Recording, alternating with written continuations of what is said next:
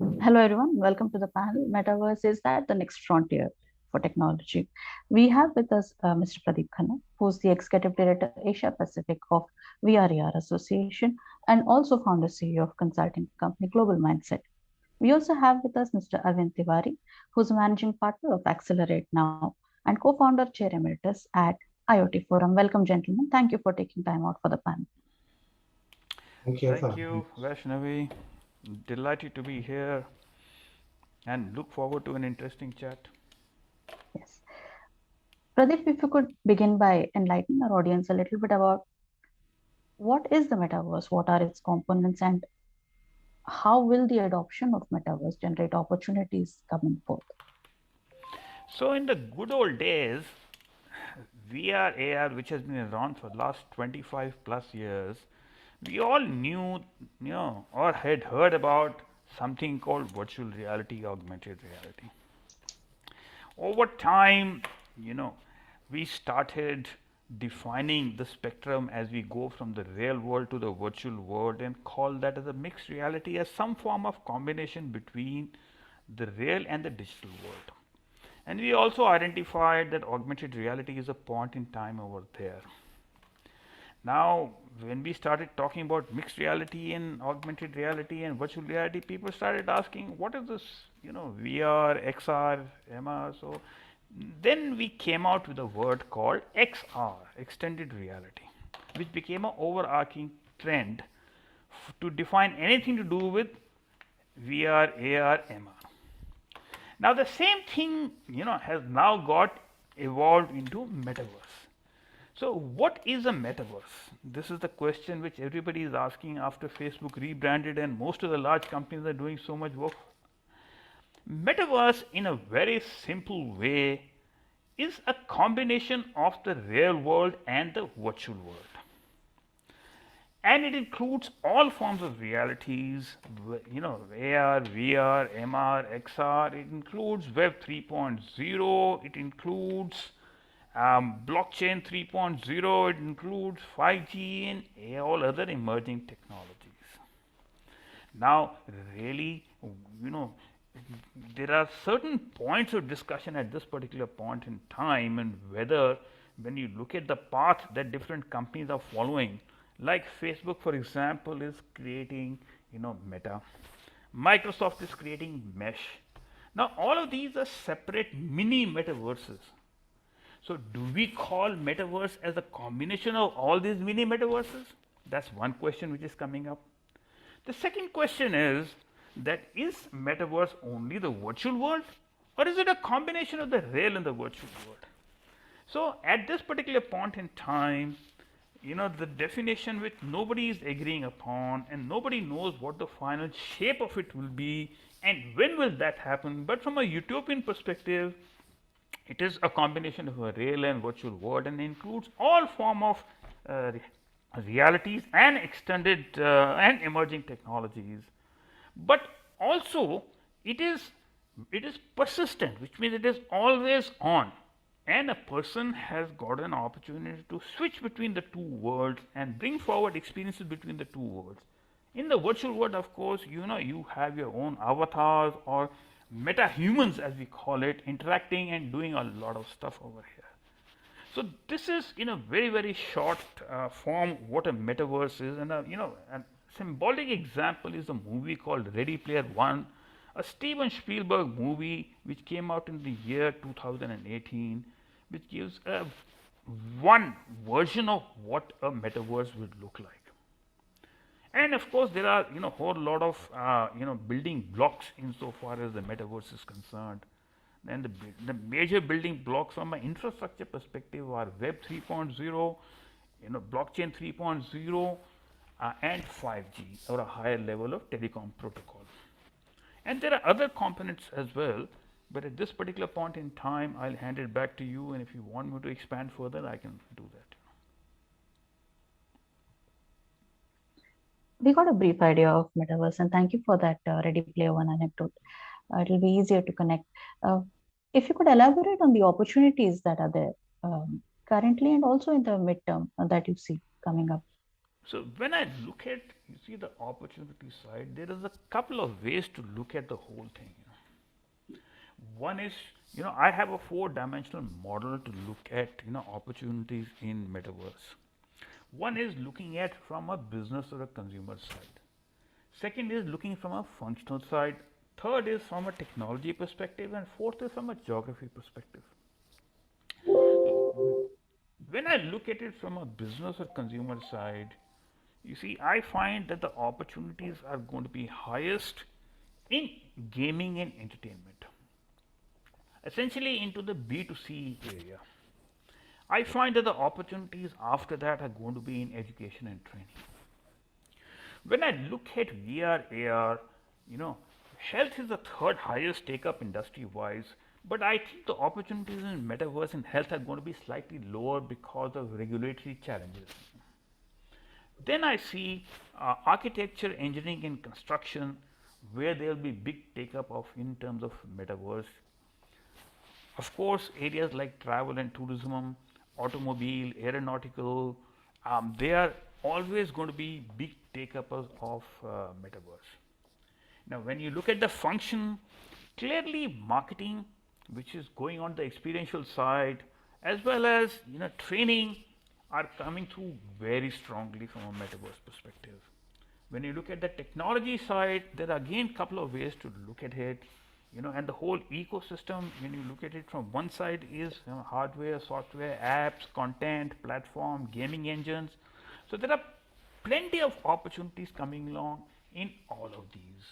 From a geography side, it's very interesting because different countries are at different stages of globalization and digitization. Now the question is that the metaverse is now one world which is now sitting on top of geography boundaries. How does that play out, and how different countries with different infrastructure are going to access that? That is going to be very, very interesting. But one thing is for certain, when you look at the trends at this particular point in time, the B2C segment, the marketing side of it, especially the experience side, and how the big brands are playing into it, that is definitely an area, a big opportunity from the metaverse. Back Thank to you, you. Pradeep. Yes, thank you, Pradeep. Arvind, you heard Pradeep and he spoke about the opportunities that are there and also gave us a brief intro into what metaverse looks like, what is the anecdote that we can derive inspiration from. Now, what are the challenges in the form of, say, hardware dependencies, and how do you factor in customer experience also in this? Okay, so before I go there, I would like to take on one phrase that Pradeep introduced, good old days. And I'm not that young, I'm also past 60, but I would say the much better days are coming. It is not something that is. And the metaphor I would like to use is the movie The Matrix, which is about the red pill, the good pill, and the green pill. I'll come to it. Let me redefine metaverse in a slightly different way because we are driven too much by technology. So let me put it as it's an enchanted reality that we will create by merging perceptions of virtual and physical, creating a Maya world, a dream projected out, or an imaginative new immersive world. In a lot of education and play, you can immerse yourself by a simulation of the real thing, etc., which is the entertainment education part, which Pradeep mentioned, is going to do well. A very good example of this enchantment, which will make it real, because a lot of words, 5G words are flown and sometimes difficult, is take the killer app of a smartphone. It's photography. Almost everyone snaps a photo and goes. It's not the camera, it's not the lens. There is a lot of magic done. It may be a dark restaurant, it may be a very bright thing, but the camera takes a picture, normally 4 or 5 at different resolutions. The software merges it. It enhances the nose, the eyes, the things we watch. It blurs the waves in the background, you don't, but it produces a magical moment in the camera. That is the mission of metaverse. It's enchanting our life by using technology to change our perceptions. Photos look much better once you have taken them. So with that, I will turn to examples and we talked about education, entertainment, I agree. The major thing will be in the shovel and picks. The applications, which is entertainment, passive, JPEGs are selling for nothing. It's culture, it's imagination. And you can see even McDonald's with such burgers, they have it YouTube, how you can be served personalized. They have a master playing your name, etc. So there's a lot of things that are happening. But let me give an example of the shovels and picks. So for example, the compute has to be a lot better. Right now, it is too difficult and you cannot have mass thing. So to give an example, you take the inertial navigation engine, which is guides. So nuclear submarines stay submerged. It's expensive. It's a 10-foot cube, almost $1 billion. Today, in a Pixel from Google or an iPhone 6, you get the same power of the INU at $10. It's a chip, it has 6 sensors, it's 6-dimensional. So the compute technology can reduce a lot of things to make it mass. Consumer electronics will do it. That has to happen to the 3D technology, to the immersive technology. So Apple M1 chip is an amazing new quantum innovation. I don't know if you're aware, it really merges the bandwidth, the compute, the graphics. So it merges, Google has Tensor. So there are about 20 guys developing new chips where the bandwidth, the computer and the memory are merged into an appliance, which would be very good for extended reality Pradeep talked about. That is definitely. And there's also something very impressive about the lenses. So Tonboy is a startup in India, does thermal imaging. It's a compound lens. So a small lens can do 3D thing. The second approach is creating the stage. A lot of time you need to create a stage, and Pradeep talked about Web3. The blockchain-based gaming environment will really create the pull. Consumers will rush to use and play, and there are companies, I don't know if you've heard of Axis Infinity, which is a Vietnam-based startup doing earn to play. It has a run rate of $1 billion, going to approach Fortnite and Roblox, or Illuvium, which is a 4K blockchain-based gaming. People earn money in the game, so that pulls it. Destiny is TeamFi, etc. So the gaming will pull in users. The mass creator economy is through toolings. That's why there is a company which is doing, I mean, these are all cryptocurrencies right now, MetaHero, which allows you to create 3D avatars for JPEG, or Render, which allows you to rent GPUs from people. Don't have to go to Amazon or something. You just pay a small fraction of $1, and GPUs are rendered, and your 3D avatars and animation can be done. So the creator economy removes the big firms, the Facebooks, the Google, the Amazons, which are controlling. So Web3 is a lot about decentralization and the tooling. So I think if you merge joy, fun, entertainment, and the ability of everyone to become a creator, like you can be a YouTube journalist, you can blog, the creator economy, Web3, and the tools to do it would be the big area. And that's where a lot of innovation is happening. Thank you, Arvind. This has been interesting, Ready One Player, and also with the matrix explanation. That's interesting and amazing. Thank you. Pradeep, do you want to add to the challenges part in terms of, say, software or customer experience? Well, see, when look at broadly what is happening, I see this as a challenge between open source and proprietary tech. In a way, you see what Web 3.0 and blockchain 3.0 are all about democratizing. Now, is that going to be a threat to the big tech which are operating in closed silos at the moment? So this is where, and this is going to reflect on the form factor also. So end of the day, access of the metaverse, or for that matter VR here, you see, end of the day what we are talking about is much deeper level of immersion. But what we are talking about is that it is persistent. That means you're always on, and you can switch in between the two, kind of a thing, depending on your whims. So to that extent, there are issues also. We talk about security and privacy, and these kind of issues get amplified many times more. And today what is happening is that people are, even from a hardware, software, and different components perspective, everybody is looking at it not from an end-to-end perspective as a system integrator, but more as what they are offering. So we've got a very asymmetric marketplace and an imperfect marketplace where the demand is, standing by the wayside and wondering what the hell is happening, and how do I start this journey? What I'm hearing about, is this the next big thing? On the supply side, there are billions and billions of dollars being, put in. And when we see, some of the biggest issues in terms of lag, etc., which supposedly will get taken out by 5G, which will take about another 7 to 8 years to come to full functionality. So, to come back to your question, yes, it is a big issue. Even now, when you access the, VR, AR, there are various forms. You are looking at either a mobile device or a smart glass, or in the case of a AR, or a head-mounted device, or web for that matter.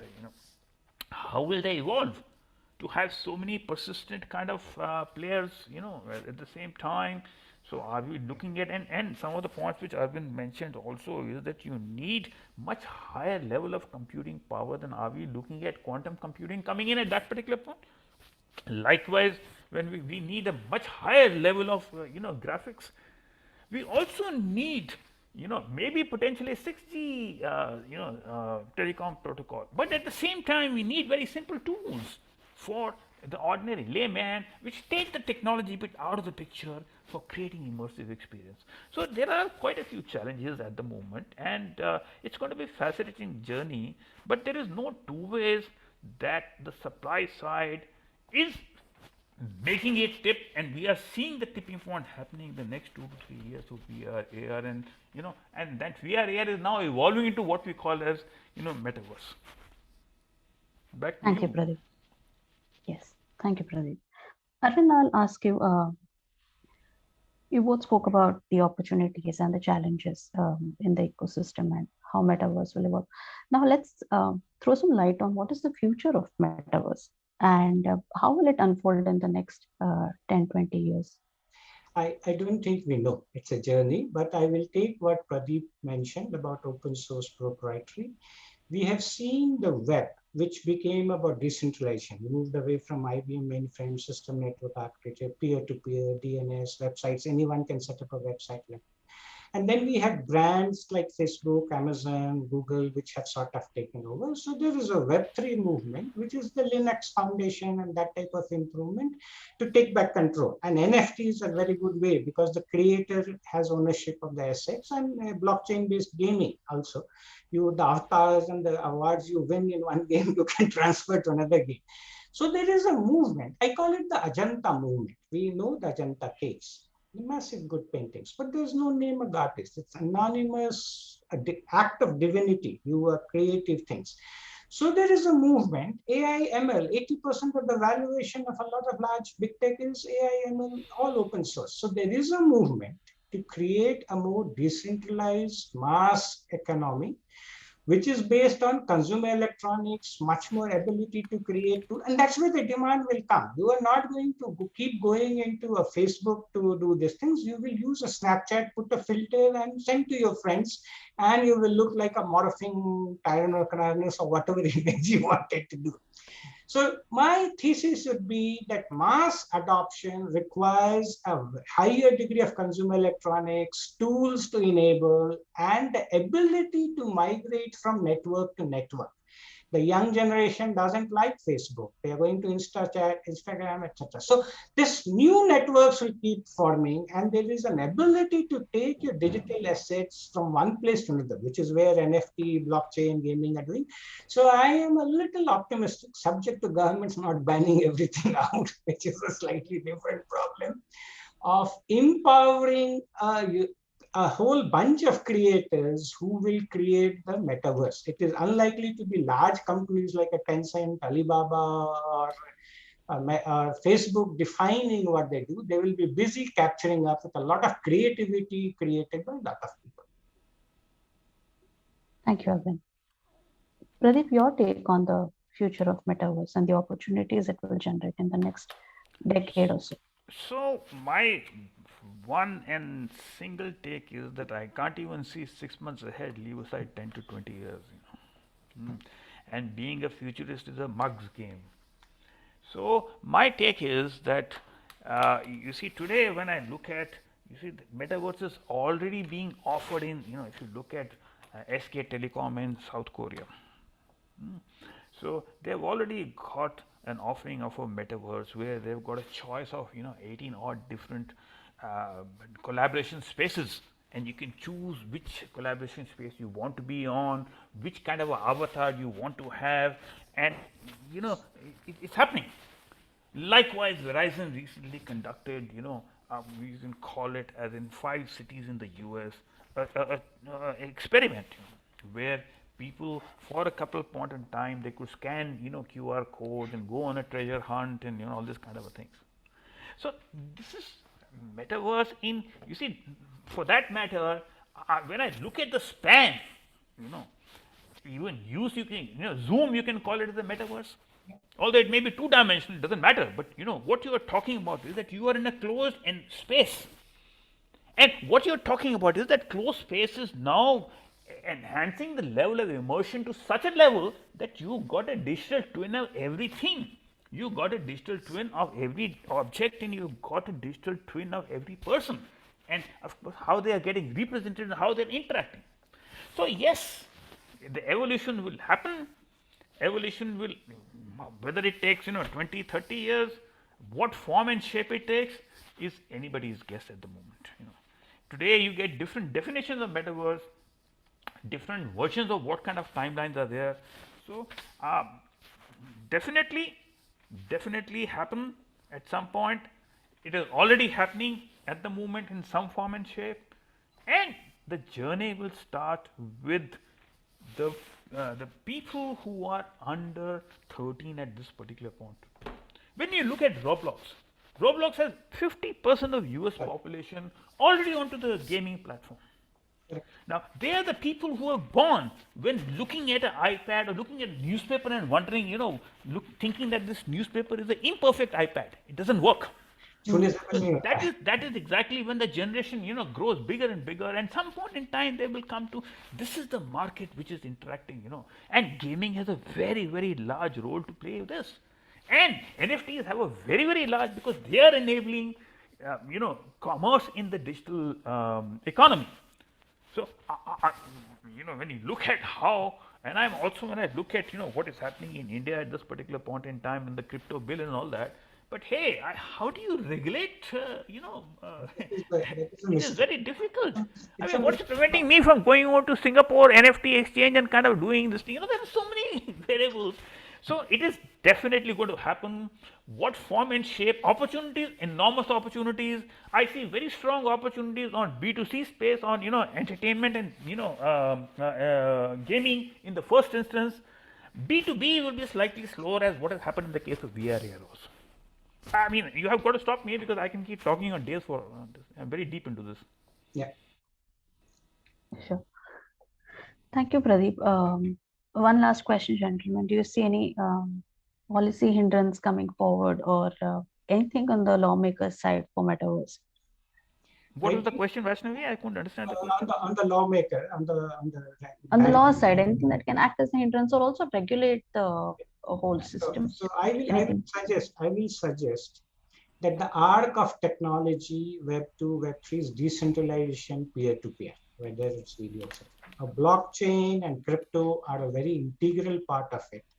For some reason, there is this imagining the fear of crypto economy and banning it, etc. It would be a mistake, because you will reduce a lot of creative energies from piling on to a very large trillion-dollar economy. We can make a lot of jobs, we can create a lot of wealth, and we can export a lot of things outside. But unfortunately, we are more afraid of the future and are trying to ban it. It would be a mistake if we do that. There are certain risks, there are certain stability, but an experimental sandbox approach to regulation would help, rather than outright ban. News of sending people to jail if they are caught doing some NFT trading, etc., is not the way to look at things. This is a very young, innovative technology and has tremendous potential to create wealth for the nation. Sure. My take on this is, you see, there are challenges. See, as in the case of Web 2.0, there is a dark web, and Even sitting over here, I can buy somebody's contact details for as low as 50 cents per person, and maybe in a global delivery model, maybe at even a cheaper price than if I were to buy in India. Kind of jokingly saying, we've got to be cognizant of the fact that the cyber crime is almost a $6 trillion economy. It is the third largest economy in the world after US and China. Now, therefore, there are logical concerns of the governments in terms of um, these technologies being used for illegal purposes. And also there are issues in regard to security, etc. You see, you take the recent case where the pipeline in the USA was blackmailed and they paid $5 million in cryptocurrencies. But guess what? FBI was able to hack into the digital wallet and recover the money. So where is the sanctity of the digital wallet? So there is very good room for this discussion in terms of certain amount of control over this. But how and why? I think everybody in the world, every government in the world is today grappling with that. And of course, people have taken different countries have taken the different paths in terms of trying to kind of use or offer their own digital currencies. Like China has banned that over there, and possibly India is going down the path. What shape it takes is really going to be interesting to watch. All right. Thank you, Pradeep. And those were some interesting insights, and we've covered to an extent and scratched the surface on what metaverse is, and it's no more a mystery. The opportunities and the challenges it will bring forth, and how the ecosystem can be better ready to regulate it so the end consumer benefits from it, and nobody is at a loss, neither the innovators nor the investors. So thank you so much, gentlemen. Thank you for taking time out of the schedule and joining us on this panel and enlightening us about this next frontier in technology, metaverse. Thank you.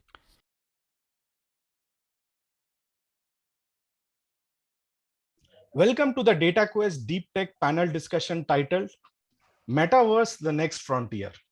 Now, this is a very interesting, hot topical thing that we are going through. So if once this used to be in the realm of theoretical physics, you had the many worlds interpretations, you had parallel universes, you had the multiverses. That was picked up by science fiction, in stories. You had a lot of stories, then films, and Netflix, there's Dark that talks about a multiverse. Then even the latest MCU, Marvel Cinematic Universe, is also branching out into the multiverse. If you see, that's the next big thing. So like these two things are for the theoretical world and for the fictional world. So it was but natural that such a thing would start coming in the virtual world. So of course, in the virtual world, they did not call it the multiverse, but they called it the metaverse. So, and it's I would say kudos to Mark Zuckerberg for taking that concept, because he's not the only person working there. I mean, so many tons of companies, technology companies, which are already in the metaverse, but he has taken the name. So, I mean, that's about branding, not just the technology.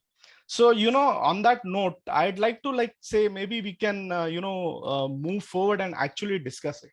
So I think the first thing that has to be discussed is, what is the definition of the metaverse? Because this is a new term, there is no clear definition.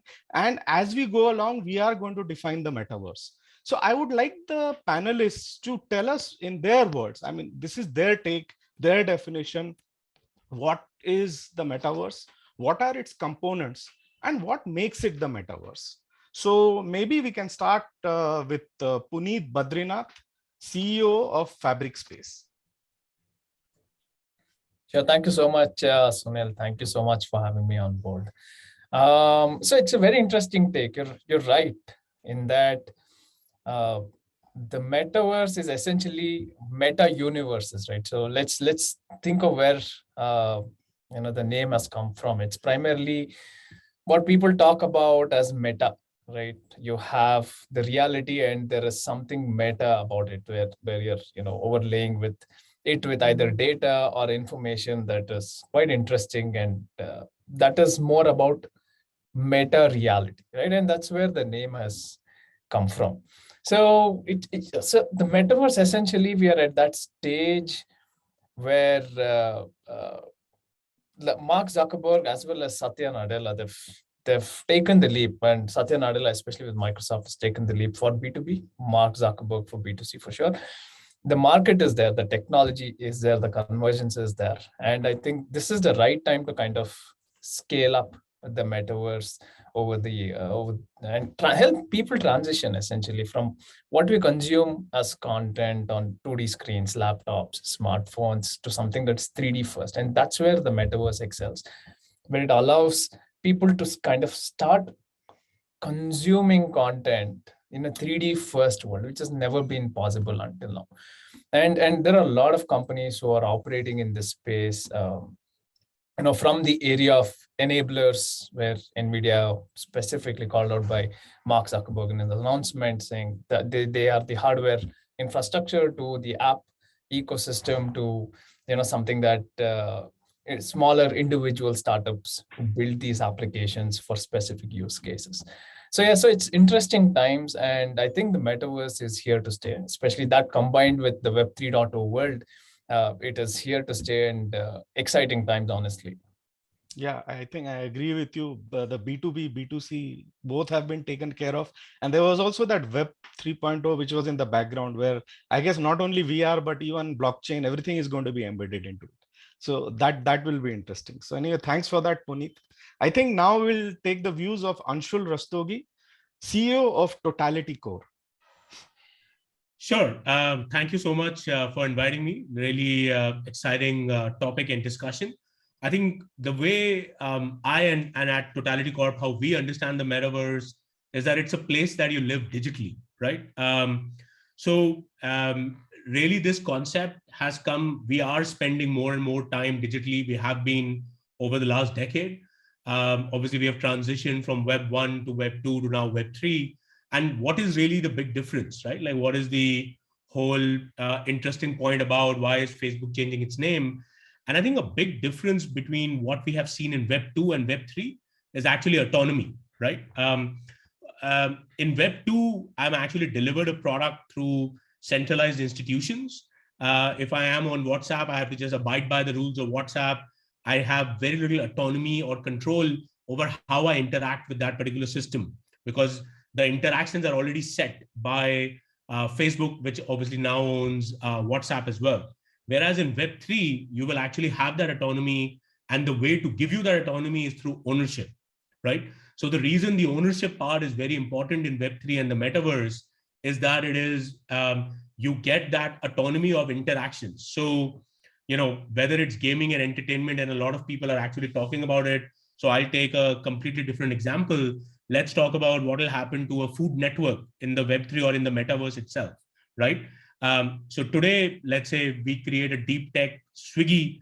I can actually say that, look, only my data of North Indian food outlets goes to deep tech Swiggy. Maybe what I do for desserts goes to Cyber Media Zomato.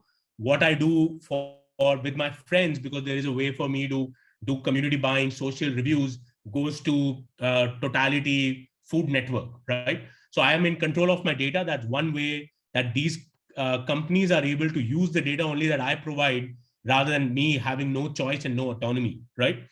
I think there's a lot of confusion according to me, between what is the Web 3 and what is the metaverse, right?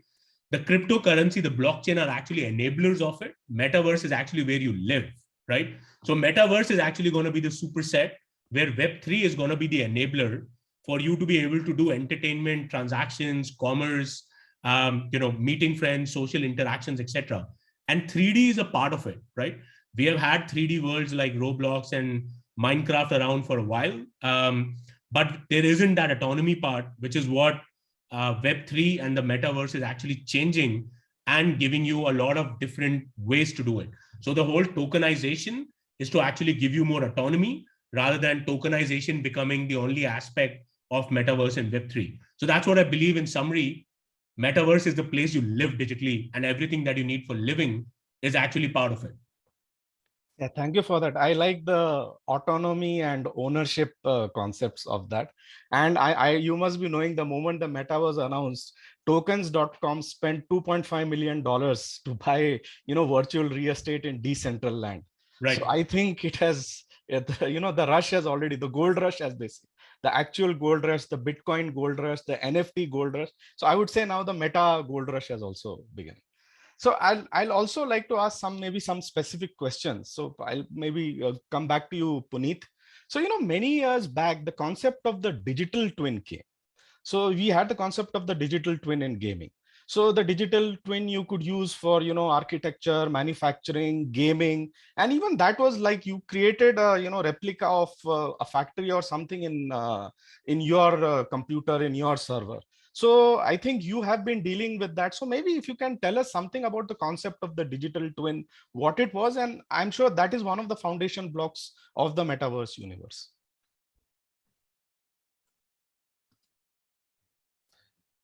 So when you talk of digital twins, right? Let's break that down a bit. So essentially, we have the real world assets. You have industrial assets. We have processes. We have, our computers. We have smartphones. We have consumer durables. All of it are individual pieces of equipment, assets, processes, whatever. Now these are in silos. So you go to an e-commerce site, you look at a product, you look at an asset, you understand, you buy it. That's a siloed experience. Once you come, someone comes, installs it, and you start working with it, and then it breaks down and you have a different ecosystem.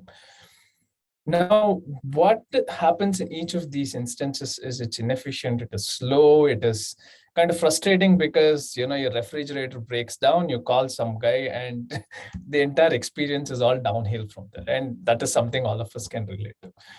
That is where people are talking about digital twins, where rather than having these individual experiences in silos, can we merge them? Now, the easiest way to merge is after sell. Right. And that is where it is all starting to happen, because when it comes to product design collaboration, it's much more difficult. It's fluid. When it comes to, once, let us say my washing machine is broken and we get a technician to come in, or nowadays, if you expect the owner to fix the washing machine, the processes are defined. There's a streamlined process, right? So you have an asset and you're trying to fix the entire process, and that gets digitized, right? That process gets digitized. When a person needs to perform maintenance, can we do it proactively? Do we do it reactively? Gets digitized. This has been done in the industrial ecosystem a little better because the assets there are more expensive. But even there, as you know, industries generally are slow to adopt. So that's taking time. Now, for a washing machine, it's fine. If a washing machine breaks down, that's okay. But what happens when an aircraft that's grounded is unable to take off? What happens when the energy grid that is supposed to supply electricity to the entire state of Karnataka goes down for an hour, right? That is where the complexity is so high that digital twins add a lot of value. Now, where that meshes into the metaverse is essentially you take the digital twins and you consume it as an experience, either 2D or 3D. And from our perspective, the moment it's 3D, it enters into the realm of the metaverse. So you step in, literally, I'm sitting in my office. I want to see where, the electricity grid, the substation that's supplying energy to some part of New Delhi is, right? So I quite literally take my phone, put it on my table, and I see what is wrong, what needs to be done, who is going to fix it, how long does it take, right? So for me to be able to do that for any asset, any infrastructure, anywhere on the planet, is the digital twin of the asset inside the metaverse. So it's quite interesting that we are headed in that direction where it becomes easily accessible, knowledge is available, and people can make the right decisions at the right time. So looks like we'll be going in for a lot of consolidation, mergers, and acquisitions in the virtual space to unify everything. That's interesting. So I'll come to you, Anshul. Now, Puneet talked of B2B, B2C and all, but it's not just, Facebook and social media. I mean, there's another world like, the entertainment industry, concerts, sports. These are all virtual worlds. And we are heading towards a hybrid world. So that is something you have worked in the cricketing thing and the interactivity it gives. So maybe if you can talk about this world. So it's not just going to be business, not just going to be, social media. It's also going to be entertainment, concerts, sports, and the interactivity which the metaverse will give these.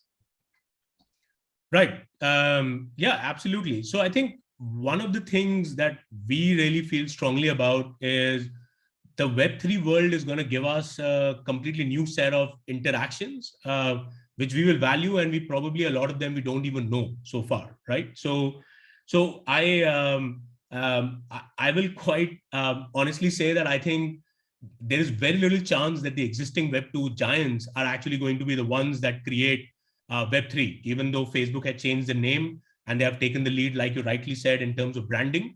It's very difficult for us to realize how will they be one driving innovation for the new set of interactions. And when I say that is the beauty about Web3, and like I think Puneet mentioned, the entire 3D world versus what we do in real life, is that in the 3D world, there are no physical boundaries, right? So there are no constraints, which means that if I'm playing a game, for an example, and I play Mortal Kombat, I can die as many times, I can become a dragon suddenly, but those are all stuff we have already been doing, right? Now consider that I actually buy a sword, but I'm actually a true collector inside, and I can get extrinsic rewards. When I play cricket, I can have anywhere from memorabilia, which has already started, to fantasy sports, which has also started. Again, things which have existed in real world and Web 2, which are moving towards Web 3, but there are a lot of things that we do not even know that will actually occur, right? Is there a way that actually I can have a Virat Kohli virtual avatar, which actually can have a personalized interaction with millions of people concurrently, right? The technology is already there for it to develop, right? Why shouldn't that be the case, that rather than me receiving a broadcast Instagram story equivalent, right? So what is happening is the first rush of people in Web3 is, oh, this is a cool technology. Let me take the same core I have and wrap it with a shiny new box, right? So what people are talking about is, I'll take Instagram, I'll create Instagram for Web3. Completely pointless in my view. Yeah, maybe we transition like that, but Web3 will have a completely different set of interactions. Why will I want to listen to an entire story of Virat Kohli when Virat Kohli's avatar is virtual, and actually that can do billions of interactions per second, and everything can be customized to me, right? Maybe my language is different, right? My accent is different. The words I want to hear Virat Kohli say are different. Maybe he's aggressive with me, he's very polite with someone else, because that's what our personalization is, right? And maybe there is no personalization. I don't know. My point is that this entire set of interactions that we want, right, is going to be extremely, extremely different than what we have had, right? Like, I'll just say one last thing on this topic, is when TikTok came and it changed the way social media existed in Web 2 for a long time, no one thought that actually likes and followers is the only way to grow your traffic and creators, right? What TikTok did is turn it on its head. It said the algorithm takes power. Everything is determined by the algorithm rather than what you have accumulated. So we actually create a more fair marketplace and give power to new creators, right? Facebook couldn't compete with it. They launched Lasso, tried it for a number of times. Instagram Reels only exist in India today in a big way because TikTok is banned. The same way, new interactions are coming to the Web3, and there will be a lot of companies like us which will actually be creating those. So I think the set of interactions, I hope everyone opens their mind, is infinite, right? And that's the beauty of it. Yeah. So that's what another valid point you made. Like, you had the giants of IBM, GE. In 70s, Apple, Microsoft came up. By 2000s, Facebook, Google, and Amazon were dominating. But you're right. I mean, 2020s onwards, you don't know which. So anyhow, I hope all of you do well, become famous. Then maybe we could sell this panel discussion as an NFT in the future. That would be interesting. Absolutely. Yeah. Right. Yeah. So also, like, okay, so like this is about, so one, I'd like both of you to, talk about maybe some of the challenges. I mean, it's all nice in theory, but now we have to go and, actually go ahead and build this metaverse. So what will be the challenges, hardware, software, apps, consumer experience, legislation, whatever you can think of. So if you could just tell what are the challenges and maybe how we can overcome them. Maybe we can start with Puneet again. Sure. So that's a very valid point. Essentially, there will be challenges, right? And, I can draw from what Anshul had mentioned earlier about Web 3.0, people owning their data. Like at the end, he mentioned about billions of interactions that Virat Kohli's avatar would have every second, right? Now, the challenge, first of all, is who would own the data? what would the infrastructure be, right? If I'm creating a digital trail for myself every single day, right? Now, all of that data is currently owned by, we are on Zoom, or let's say Google, right? Google and the Facebooks of the world, they control all of that data because they're spending on the infrastructure. They have enough storage, compute to make sense of the data, store the data. If it moves to Web 3.0, we'd have to figure out the infrastructure for each and every individual who has multiple metaverses, just to set an example, to own, create, manage the data, and to make sense of whether I give, Swiggy my deep information versus Zomato, something that is much more at a surface level. That's at a very entry level in terms of challenges. But let me flip on the other side and talk about what exists today to enable a lot of these things, right? It's less of a challenge, but typically I take the example, and this is the saving grace of sorts to begin with.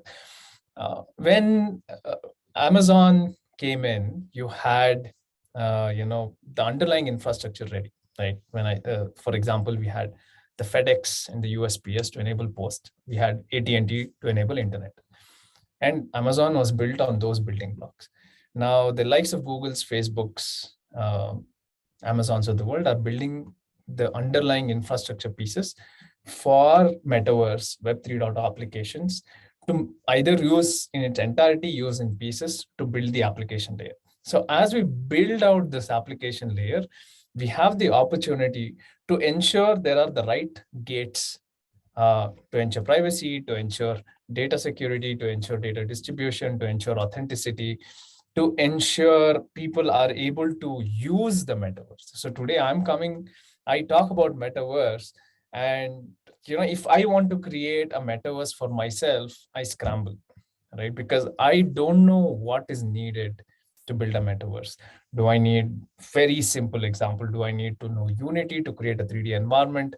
Do I use, and this is the challenge we at Fabric face every day, where we're trying to educate people that you can create a metaverse in a matter of minutes and go through the entire process. That's the second one. And the third one is, of course, having this, so I have my metaverse, how do I put my NFT, how do I enable it? There are a lot of these logistical challenges that people would have to, kind of ramp themselves up. But the key challenge amongst all of this is the infrastructure can be built, training can be done, the gates can be in place, but managing our data footprint will be the constant challenge going forward, because we are spending more and more time in the digital world. And imagine with just a smartphone or a laptop, we're generating so much data.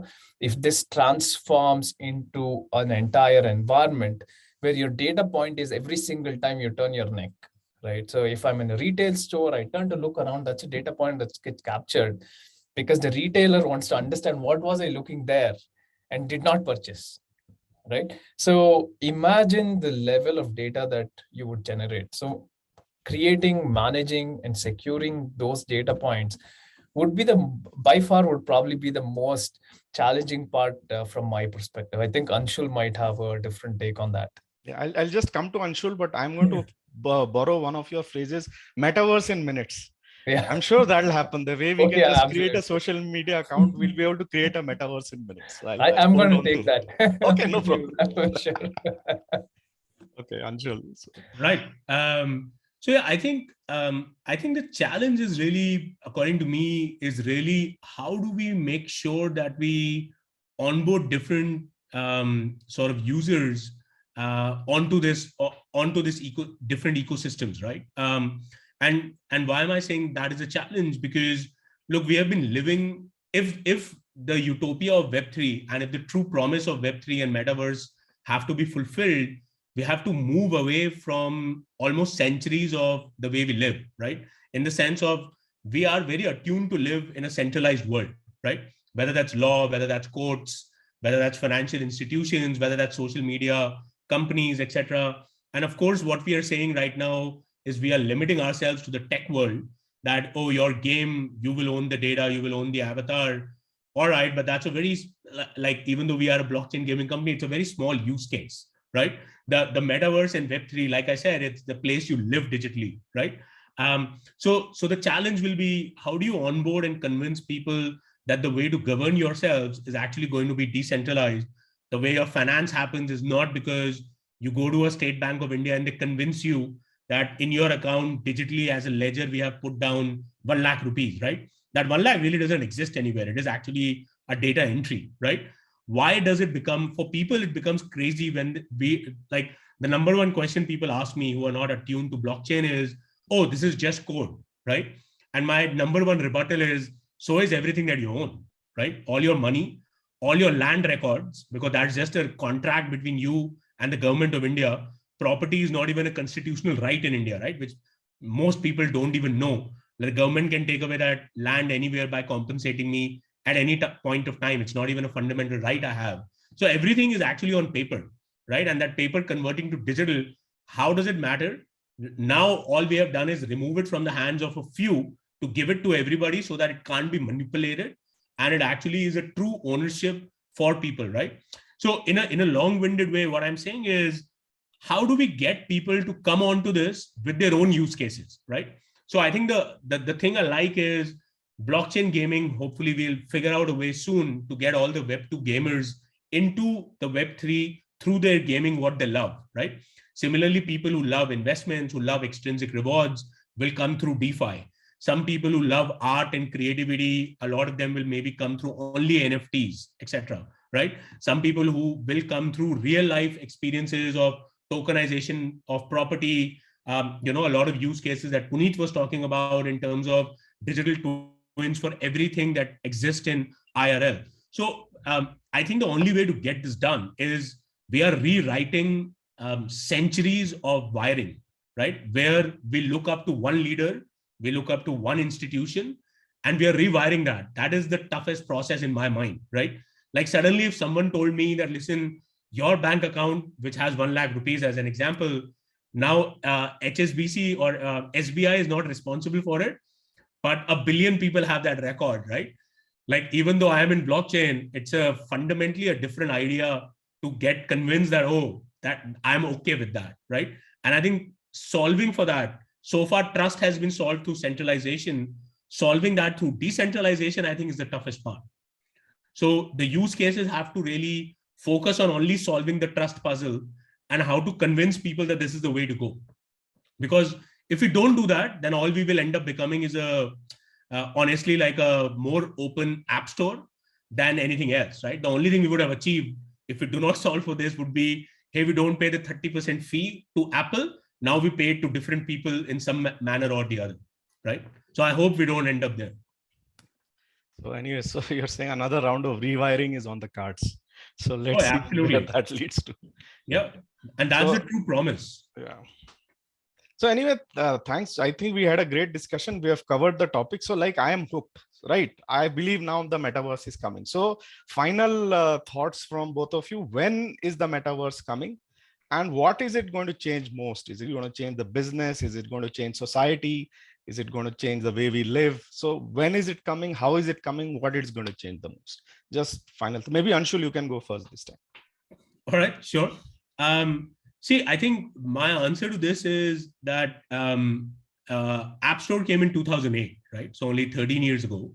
Now it almost seems like we never lived without a WhatsApp, right? Like, what was a time before we lived without a smartphone?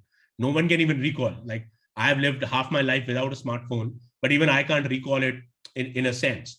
The point being that, which is why I'm saying the essence for majority of users would be that transition is going to be very seamless, right? They wouldn't know that it has happened.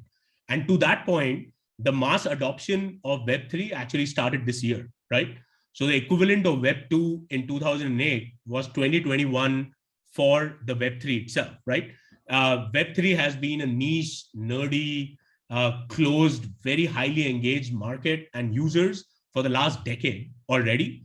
And the mass adoption has started. And I think Facebook is a great sign for that, because what they rang the bell on for everyone is to say that this isn't a 5-year, like, we have been building on the metaverse up for 16 months, right? When I used to say metaverse, people used to say that you have gone crazy, you have just read some books, you are doing that. Now that Facebook has changed the name, everybody's like, yeah, of course, metaverse, right? Like, I mean, if you're not building the metaverse, you are not even a tech company anymore, right? And it switched in a matter of 15 days of Facebook changing the name. And I think that name change will always go down in history as the time when the mass adoption kick-started like crazy. So we are already in that mass adoption phase. And like I said, it's not going to be an event, right? Like every day, people either, whether you buy crypto, whether you come on to apps, dApps to use different things, whether you come on to NFT universe, whether you come on to gaming, which is on blockchain, every day more people are coming on to Web3 slowly but surely. So I think let's not call it the post-COVID world or post-pandemic era. Let's call it the Web 3.0 era from now Right. on. So anyway, last word to you, Puneet. Oh yeah, completely agree with Anshul. Just to give an anecdote, like 4 weeks ago, I would explain Fabric as an AR VR company, a work instructions, digital twins, and now I just say metaverse, and people are like, oh yeah, makes sense. Absolutely. So Anshul's spot on. It's already started. I would put a number probably. I'd say probably about 5 years from now is when you would have realized that the metaverse and a combination of Web3 both together have arrived, right? Or or something on the lines of taking back to a YouTube or a WhatsApp. It took about 5 years before people realize, oh, this is a reality and we are living with it already. So I'd probably put a number and say 5 years.